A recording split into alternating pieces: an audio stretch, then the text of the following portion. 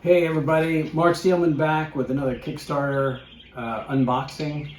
I know I've just done a whole bunch of these in a row, but the fact is, because of COVID and all that last year, a whole bunch of projects on Kickstarter got like held up. And so I keep getting a whole bunch of them. Like this thing I backed like 2 years ago. And this here just came in the mail and I got so excited. I went out and got vaccinated. I got that Moderna shot. You can just get them at Walgreens these days. It's kind of crazy. But anyway, so I just did that. So far, everything's okay. I hadn't had anything weird happen to me. As far as I know, my DNA is not being rewritten or anything.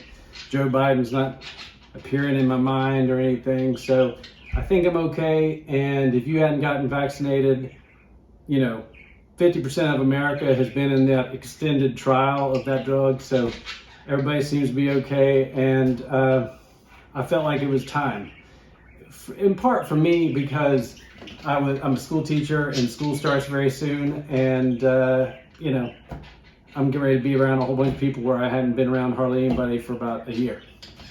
So anyway, enough of that. Let's get on to this unboxing. This here is 2 different games. You can buy them separately. This is like Western Europe and this is Eastern Europe, but you can put the whole thing together. Each of these games play 4 people. So if you put them together, you can play 8 people. And so I've got a big family and I anticipate being able to play with a lot of people, so I got them both. But I'm going to open them up here with you and we're going to take a look. Let's see if I can get this open with my fingers. I may have to go get some, it's not. The box was kind of beat up when I got it, but everything here seems to be in pretty good shape. So I'm going to go with that. I think that it was sufficiently packed. So I'm going to get a zoom in here so that you can see what the inside looks like. All right, so this is the Western Europe one. It says Heritage of Charlemagne. First thing, we got a nice rule book. Rule book is chock full. It's about, it's 46 pages. Give you an idea of what kind of wall of text that is, but I think it's going to be all right. But you should probably be just advised, if you've been playing like Uno or something, this is going to be a bit more to it. Here is a bunch of cards. One of the reasons I thought this game looked cool, and it's unlike my other games, is that it focuses on a historical period of time. It's not, you do not have to know a lot about the Dark Ages or the Middle Ages to be able to play this game, but this is there's a lot of anecdotal information in here. Like this has Theobald the Trickster right there. Says you may resolve a maneuver action, including armament limit check. If you win the battle, you may move any number of participating units back to the province they attack from. And while it doesn't say anything more about this person, I'm going to presume that that's actually a real person, and that if I Googled him, this is the kind of thing I would do, is I would then Google that guy and see if he actually exists and just read a little bit about him, because I'm just kind of interested in that stuff. And it might just be a stepping off point for me and my family to just kind of learn a little bit more about European history. Some of these, but this is basically a civilization game. There's a bunch of little wooden pieces that are markers, dice. I don't really know what these little teeny cards are, but there's not a lot of them. I'm not a big fan of teeny cards, but they have their place, especially since you can end up taking up a lot of space with these things. But here, I'll just open one of these for you so you can see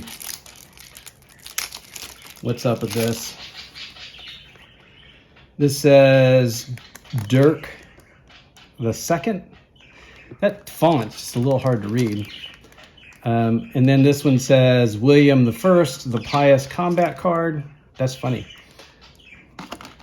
Let's see, Rolo combat cards. So mostly it looks like the historical part is just using people's names. Hugh the Great. And these are just little actions that you can take. When empty, these are just, the art looks really good. I like that art style. It's different than a lot of the games that I have. I've been watching this show that kind of takes place during this time because it said something about Mercia right there. And The Last Kingdom. And I was kind of in that mood when I started looking at this game. I was hoping I'd have kind of a Lost Kingdom kind of game. But we'll see. I hadn't tried it yet. It just, as you see, I'm opening it right now. So I'm going to put all these back in here for now and lift this off, give you an idea of what else is in here. But anyway, this is supposed to be a civilization kind of game. You can take over territories. You can develop technologies in those territories. You can defend them. You can try to take over territories that have already been developed. These are your kind of heroes. They have like special abilities. Most of your dudes are just kind of like your dudes. And then there's a few heroes here that are supposed to represent historical figures. Here's another one. Here's another one. All right, as of right now, I have no idea who they are because I haven't read the directions yet. Like I said, just opened it.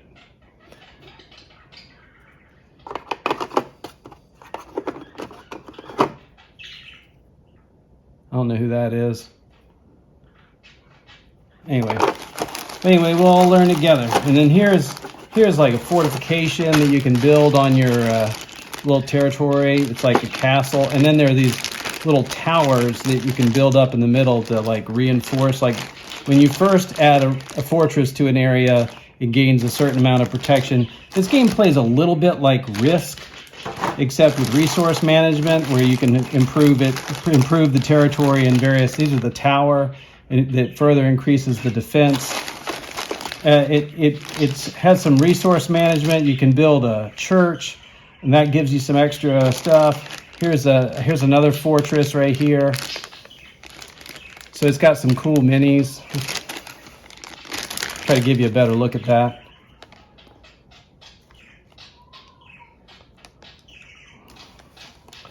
And then this one, these actually I think are special buildings because they all look different. Like I said, I hadn't read the directions yet, but I think these are all representative of real places. Again, it's just kind of an opportunity. It's not that this game is a trivia game or something like that where you have to know this stuff to be good at it. It's really just kind of an invitation to learn about it because you're playing a fun game and you're like, oh, I wonder who that is, and you just like look it up on your phone or something like that. And that's kind of one of the things I was hoping it would be. Here is the board. I might zoom back out here so that you can get a better look at this board in a minute. But here is that big board right here. It's beautiful. It really has a nice look to it.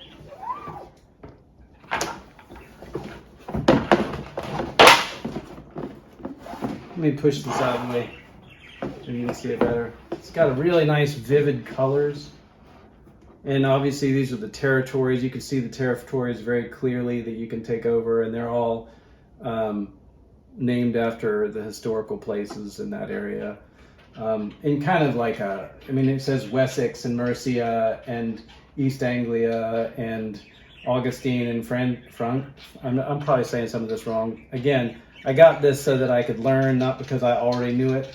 There's Normandy and Flanders and Champagne and let's see. I'm not even gonna try that one. Brittany. So anyway, this are the old names for these locations. And again, the other board from the other one, I'll get that out here in a minute, will go right there. And then you would have the rest of Europe over there. So let me see the back of this thing. Here it is. This is the back of this thing is missing the other score side on the other side, because this would be if you were putting them together so that you wouldn't have a score track in between two halves of Europe. It'll all be the same like that. So this side is if you're putting them together,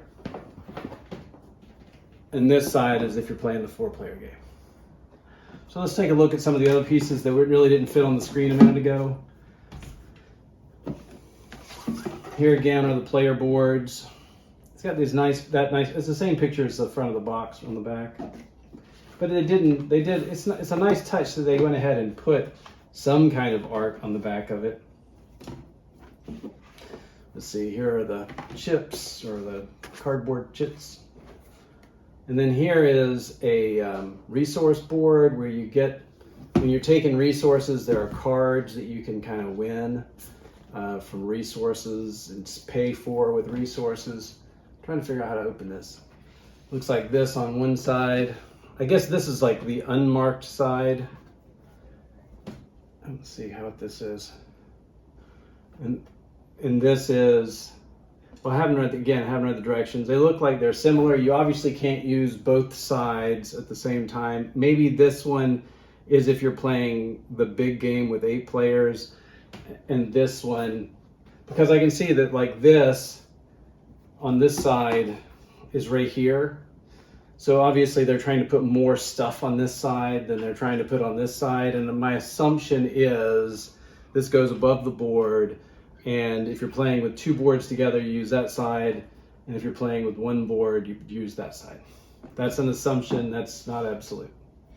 So anyway, there's a lot of cool stuff in here. I'm looking forward to getting into it. I'm going to try to do maybe I know that there are already, from the previews from back when the game was first being promoted and sold, there's a lot of information out there about it. But again, I just looked at the board the other day while mine was coming in the mail, and nobody had really put out an unboxing video.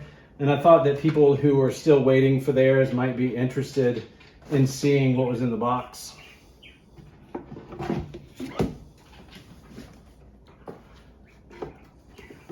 Now I'm going to go ahead and show you, I think I'm going to go ahead and show you the other box while we're here.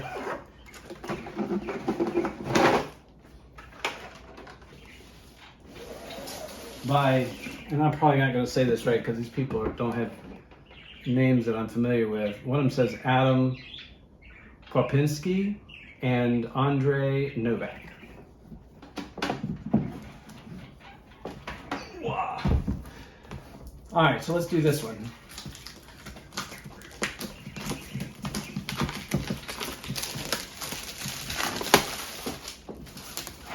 This one is supposed to be like I guess technically this is also Western Europe, but it is the other half of Western Europe. The Italy part of Western Europe, the Italy and Germany part of that Western Europe, which I guess is a little strange because I think Charlemagne was from the German part of Western Europe. But anyway, again, I'm just learned about it, and here is Holy Roman Empire, which is, again, very similar cards. A lot of the cards I recognize immediately as being the same card. Like there's that weird card from that was in the other box too. So some of the cards are absolutely the same. The dice look the same. I don't know if all these cards are the same, but I think that card's the same. And then we have different colors of tokens, because again, the assumption was that they wanted you to be able to play the 2 games together. It says board and dice right there. Again, we have some characters. These are not the same characters. Again, I'm assuming that these are representations of historical people.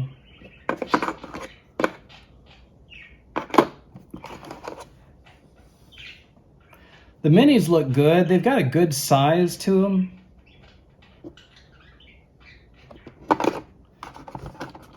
I think I might. I mean, and there's not a million of them. Well, I guess there are a million of them. There's a million of these little teeny ones, but the ones that are really, I might paint these ones that are big, right? And just maybe leave the ones that are not, just leave them the way they are, because you're the kind of like the yellow player or the purple player, something like that. Here are some of the little buildings. I don't know what kind of building this is, but there are purple buildings and there are brown buildings. I don't know if these, I think these represent the player, like you would have your color in buildings. I think that's right. And again, we have some fortresses with the tower, place to put the tower in them. These all are the same. See, these are the same.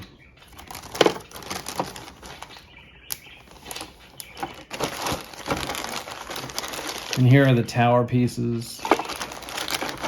And then these are the special buildings where each of them are different.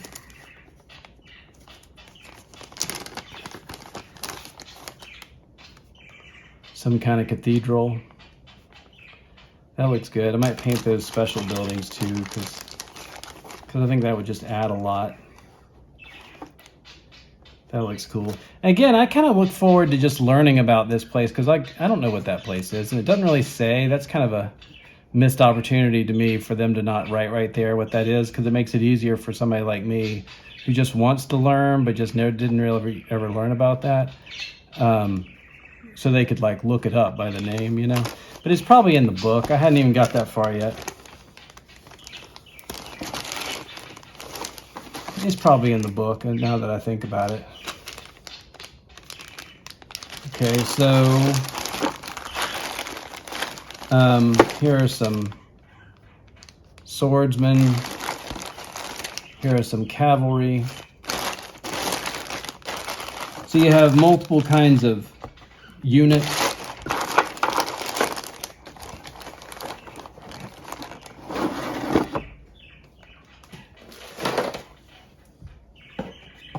I'm not really sure how, one of the things looking at all these pieces and all these different things, one thing that concerns me a little bit is I wonder how long this game is going to take to play, because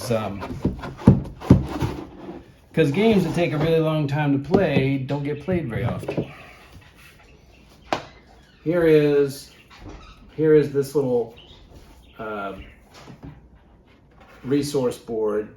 There's one side. And there's the other. And everything just looks really nice. I'll have to say that right quick. Here's more of these chits. They are definitely, I think that is, see all this purple and the yellow one and the brown one, those match those colors we saw in the pieces earlier. So those are obviously, and then apparently white is the last color. Those were the pieces that, and then we've got 4 player boards. 1, 2, 3, 4. They're not actually that big. They're this big.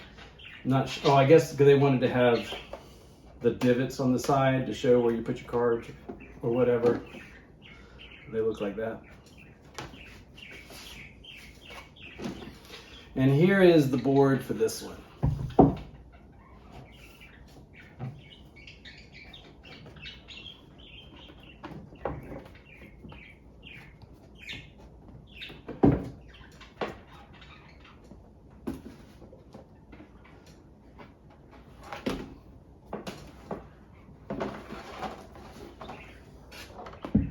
All right, there, as you can see, it's got really nice color in there again, just like on the last one. Really nice vivid colors. And looks like they've even got like a little sea monster down there in the corner. Austria, Bavaria, Verona, the Papal State.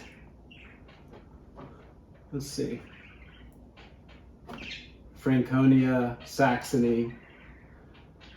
Again, for me, it just ends up being a bunch of things that I could get interested in.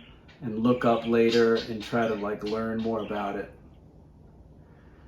On the other side, I think it's just going to be the same, where it just has, if you're putting the boards together, like that, right?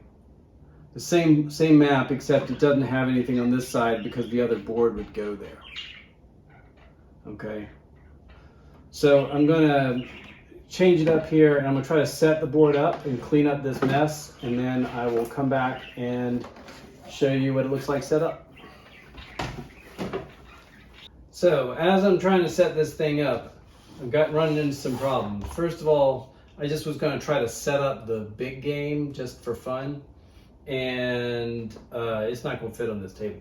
Because check this out. This is a yardstick, 36 inches. This thing is 33 inches.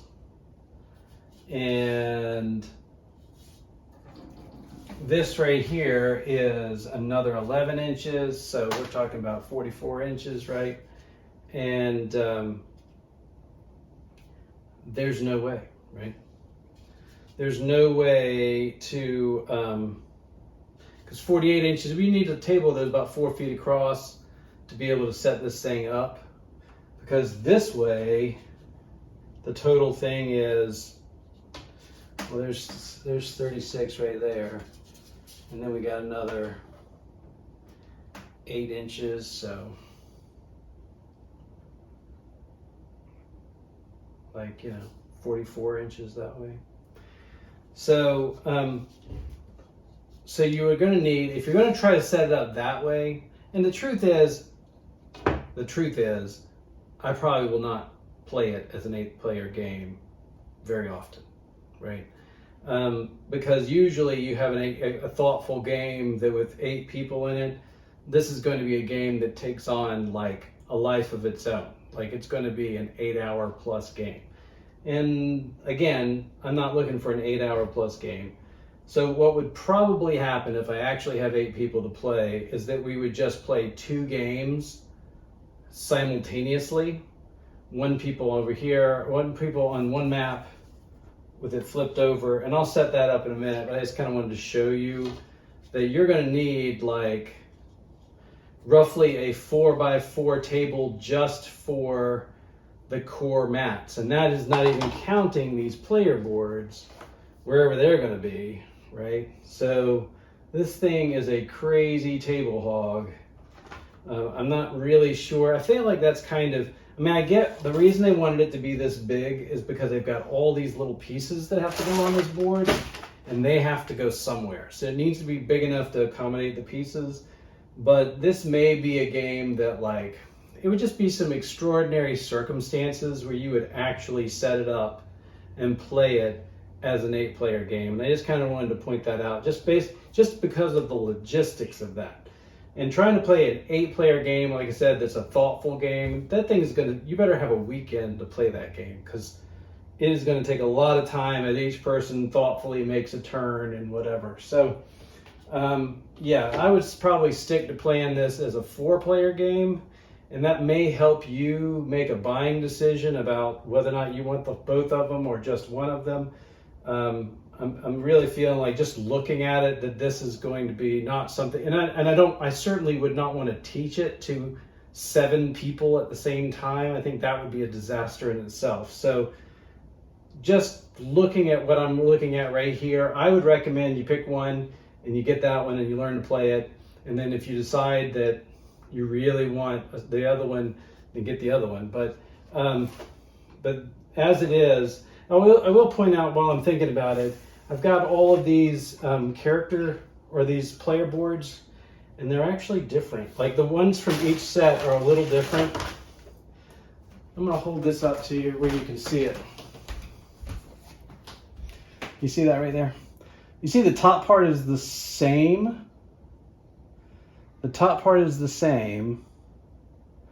But the bottom where it says army, one of them says armed peasants, and one of them says light infantry, which is kind of weird to me because that is the only thing that's different, other than the backs look different, because the backs look like their respective box covers. That's the only difference between the two player boards. But you can, if you've got them all mixed up, you can figure out which one goes in which box, mostly by turning them over and looking at the back. All right, so let's kick it to setting it up for just 4 players. Here's the layout for the 4-player game. Now, this fits on this table, but only just. Because the player boards are supposed to have cards laying above them, so I need space to put things above them. And it looks like there's a slot here cut out, which I'm assuming means a card goes right there. So this is absolutely, and I guess across here I could lay my little pieces so that I could put them on the board whenever the time comes. So it's a bit of a table hog. I'm going to have to read the directions before I can tell you more. I just kind of wanted you to see it. It's really pretty, I'll give them that. It looks really pretty, and I'm actually excited to play it. I'm going to have some logistical problems with it, simply because I'm going to have to figure out a way to, I'm going to have to get like TV trays or something and put it to the side maybe so that we can, we've done that with this other game, with that other game that I talked about before, the World War II game. We ended up giving everybody a little TV tray that they could keep their player board on and stuff like that, just so that the game was more manageable. But again, it really looks nice, and I'm looking forward to trying it out. I hope this video has been helpful to you if you're thinking about getting it.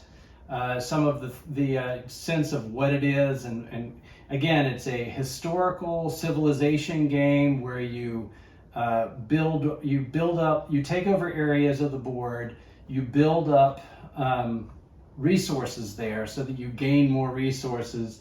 You use those resources to gain new technologies and things like that, and then you're ultimately getting points, which you will win by whoever has the most points.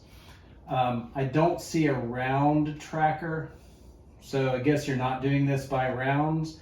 I think there's like a couple of triggers for the end game. A lot of these kind of games have that, where like there's a couple of triggers. Like when somebody's technology gets to a certain point, the game is over. Or when somebody's prosperity gets to a certain point, the game is over. And then whoever has the most points at that time wins. So again, I'm going to have to read the directions and see how it goes, but all the components are really well done. The art is really good. It's a little big, so you're going to need to figure out some logistical things to just get it on your table, but I'm looking forward to it. All right, well, again, thanks for watching, and I hope to have some more stuff for you soon.